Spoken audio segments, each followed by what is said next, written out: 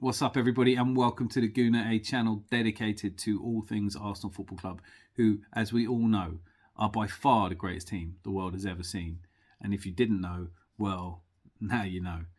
What a match, what a day to be an Arsenal fan, what a moment Reis Nelson gave us, scoring with the last kick of the game to take all 3 points, and the emotion that we all went through in that game is something else, isn't it? Is that the kind of performance of champions? There are literally people out there asking if this means that we can't be champions because we snatched a victory from Bournemouth, lowly Bournemouth. Frankly, if you're asking that question, it's probably just because you've got an agenda against Arsenal, or you really just don't know anything about football at all. I mean, what a stupid question. The current champions, who are definitely champions, I don't think anyone's arguing they're not, won the championship in the last game of their season last season on the 24th of May 2022, having gone 2-0 down to lowly Aston Villa and come back and won it with almost the last kick of the game. So yeah, champions do that. I think we can agree that. In 1989, and when Arsenal were marching towards a title, their first title in 18 years, anxiety was just not there because we had 2 games at home to play. First being to Derby, who were lowly, looked like they were going to get relegated that year. And the game after that was at home to Wimbledon. We only needed to win one of those.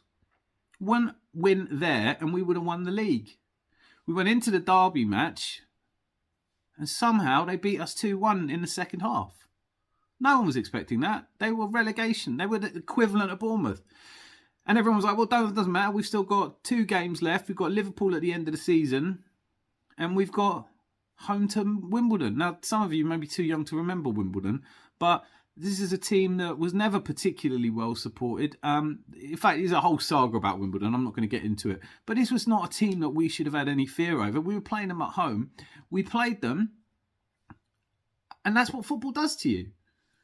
Somehow, we only managed to get a 2-2 draw against Wimbledon, which meant we had to go to Anfield and win by 2 goals because just after we drew with Wimbledon, they knocked 5 past West Ham. Talk about the pendulum swinging. God, we had to go to Anfield, a place where you just didn't win. And not just win, but we had to win by 2 goals. We had to keep them out. And those of you who don't know the history of 89, there's a fantastic film that came out in 2017 by Amy Lawrence, who I'm a huge fan of. There's a documentary called 89. Go and check it out. But essentially what happens is, in order to become champions in 89 for the first time in 18 years, we go a goal up in the second half, and with the referee, Lee Dixon actually turns to the referee and says how long is left, and the referee actually apparently says to Lee Dixon, it's done. But somehow John Lukic gets hold of the ball. John Barnes goes for a mazy dribbling run. It ends up with John Lukic. Lukic throws it to Lee Dixon. Lee Dixon doesn't know what to do with it. He chips it forward. Alan Smudger-Smith knocks it down, turns with it, chips it over the top. Michael Thomas running through. It bobbles off the defender. He finds himself in front of goal. Waits to see Grobbelaar where he's going to go. Calm as you like. And slots it over him. It's up for grabs. We win the championship last kick of the game. So yeah, champions, this is what champions do. I'm sorry if you haven't been around for one. And I know as Arsenal fans, it's a while now. It's getting on. It's just like it was for me when we won our first championship in 1989. It's a long wait. You're not guaranteed anything. This is how champions perform. This is what it comes down to. I mean, let's look at the game yesterday. For a start,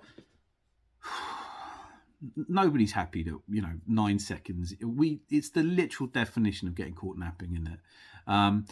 Gary O'Neill said this. They've been working on that. Arteta said it as well. We knew what to expect. Bournemouth were going to work on set pieces. They were going to do everything they could to somehow get a victory out of that game, or at least a draw. They need it really badly. They're second from bottom, and they've been shipping goals. So any advantage, and I admire them for that, and any advantage you can get, they worked on it.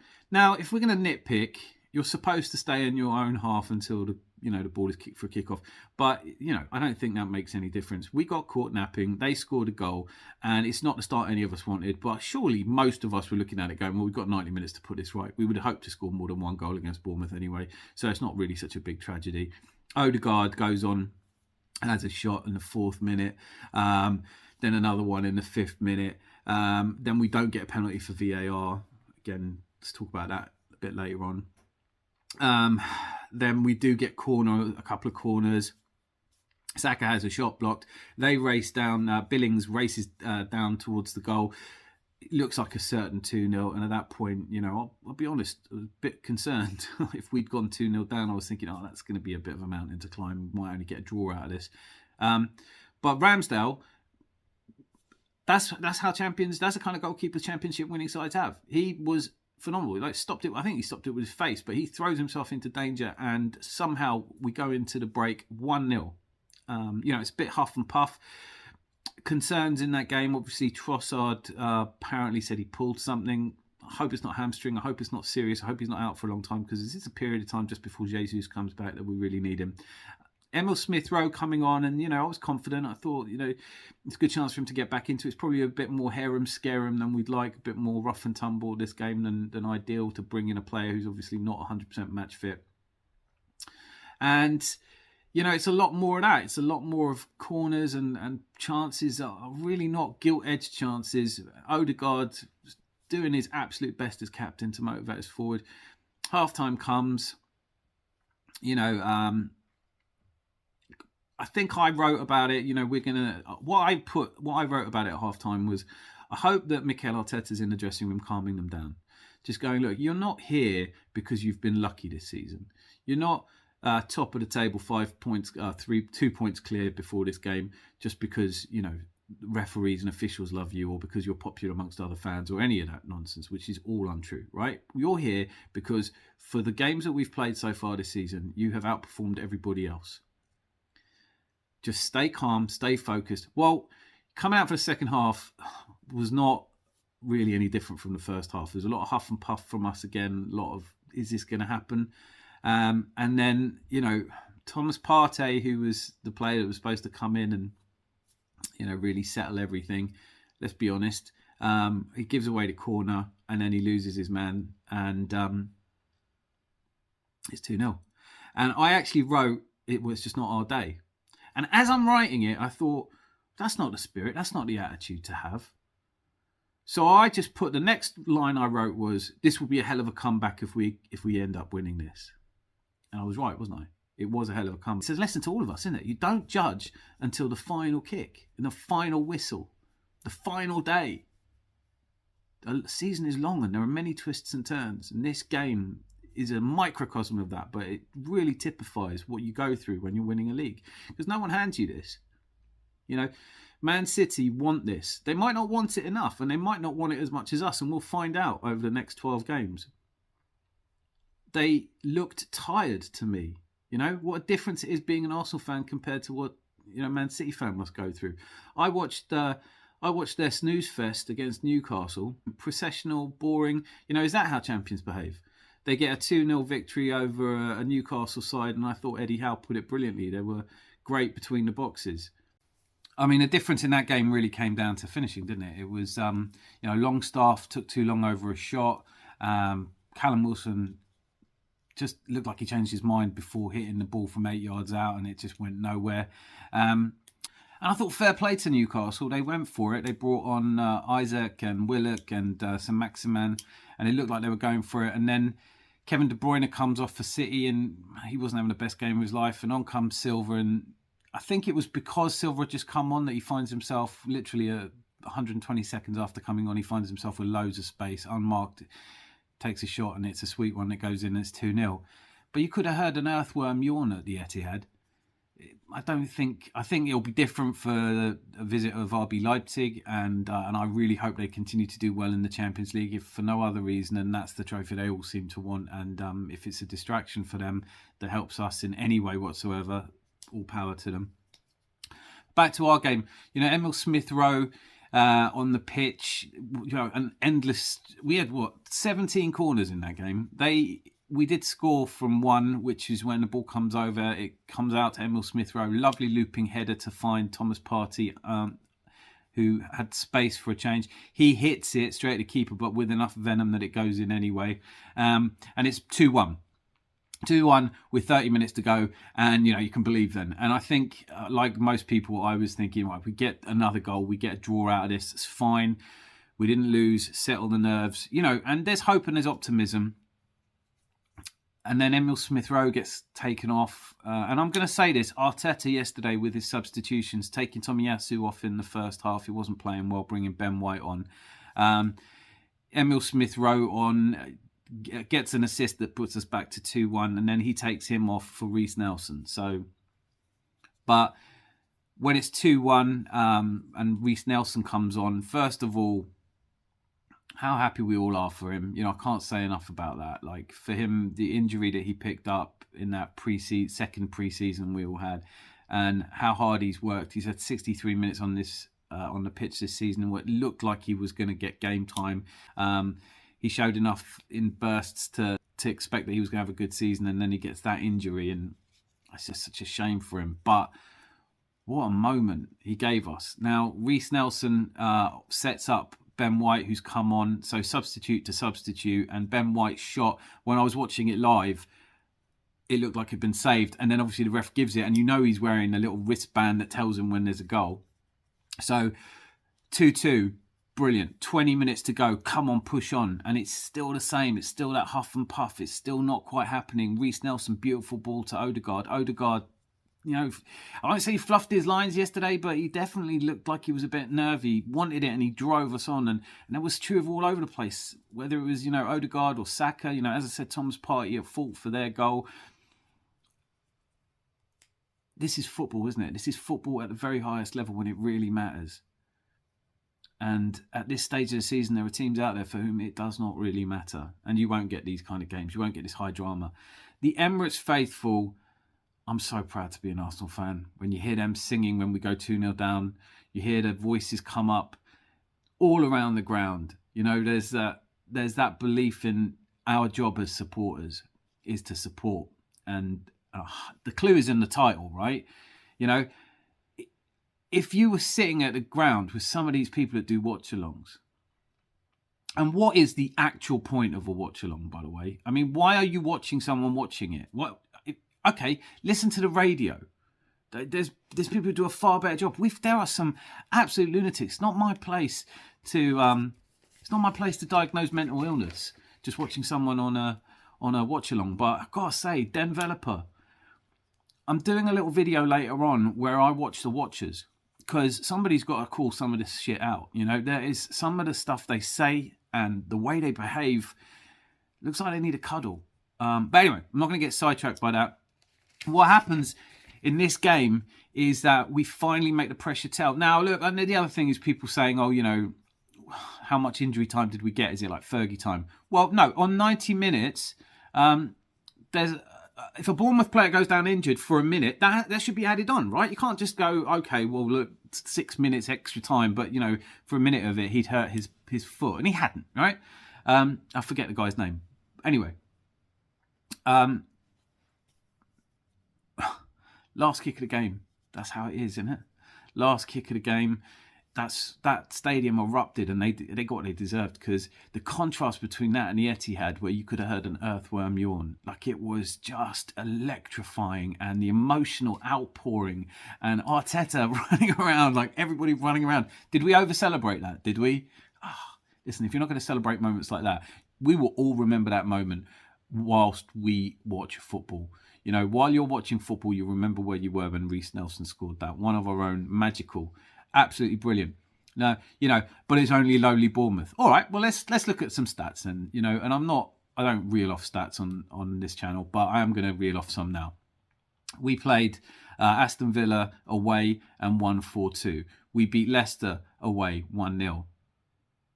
We demolished Everton 4-0 at home, and we beat Bournemouth 3-2. So 12 points from 12 points, 4 wins out of 4, scored 12, conceded 4 to give us an average score of 3-1. If you looked at the whole game, we left it late against Villa. We totally dominated Leicester and restricted them to one shot. But we left it late against Bournemouth. Yeah, we did leave it late against Bournemouth, but we absolutely dominated Everton. These are championship performances. But in the end, it doesn't matter if I think that or you don't think that. It'll come down to who actually wins the championship. I've been saying since the start of this channel and for slightly longer, I believe. I believe because it makes no sense to me to be a supporter who doesn't. I've had 18 years of not believing. I didn't believe last season. I didn't think we were going to win the league last season or any of the seasons before. You know, the end of the Wenger era, I didn't believe that, you know, we were going to win the league either. You know, there was that one season, Eduardo's injury might have scuppered that season. Any number of things can go wrong, and they still can. They still go wrong. I'm not an idiot. I know that we might not win the league. I know that there's superstitious people out there say you shouldn't say that, you shouldn't enjoy. I'm going to enjoy what this team has given us. And I'm going to thank Mikel Arteta even if we come second. Or even if we come third, for that matter. You know, or if there's a disaster and we come, I don't know, where can we logically finish now? 6th, 7th? I don't care, right? For moments like yesterday, for the belief, for the togetherness in the team, for the way that they've engaged the fans. You know, giving the Ashburton Army their block of seats so they can make noise and be proper supporters. Because you know, if you're in that section of the ground and you're sitting there going, "Oh, I knew we were going to bottle it." Honestly, there are fans out there that I think are undercover Spurs. I'm not one of them. My job is to support the team. I'm grateful to them. I'll call them out if they're playing, you know, like Mustafi. I'll call them out if I don't think they're good enough, if I think they're Igor Stepanovs. I'll call them out. But I love this team, every last one of them. And that includes Reis Nelson, who's only played 63 minutes of football this season and comes on and does that. What a moment for him. How proud we can all be. And if you're angry with the team for conceding 2 goals, it's football. You know, Bournemouth, one of my heroes of the week, I've got to say, is Gary O'Neill. Talk about class, a class act.